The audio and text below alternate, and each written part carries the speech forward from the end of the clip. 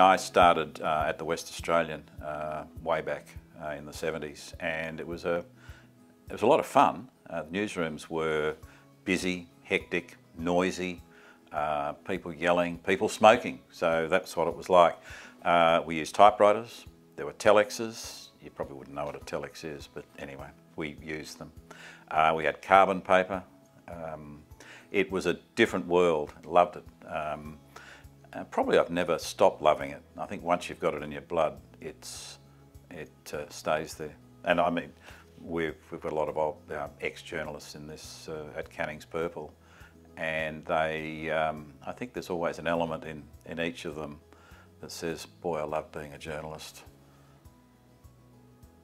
When you look at technology now and compare it to how it was when I started, it was pretty primitive. I mean, you know, it certainly wasn't, you know, smoke signals and Pony Express and that type of thing. But we used typewriters while we were sort of working at a fast pace. In actual fact, when you compare it to now, things move pretty slowly. Stories would, you know, be generated through a day. Journalists would work on stories for a couple of days. These days, they work on it for a couple of minutes, don't they? So things were at a slower pace as far as the dissemination goes, while you might be still working quite hard yourself.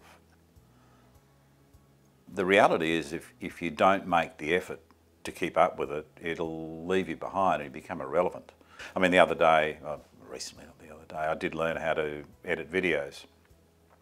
Picked up something online, produced some videos, did my own voiceovers, cut some vision in, did overlaid with words, all that sort of stuff. So I find that a bit of fun. So that's a skill I've learned.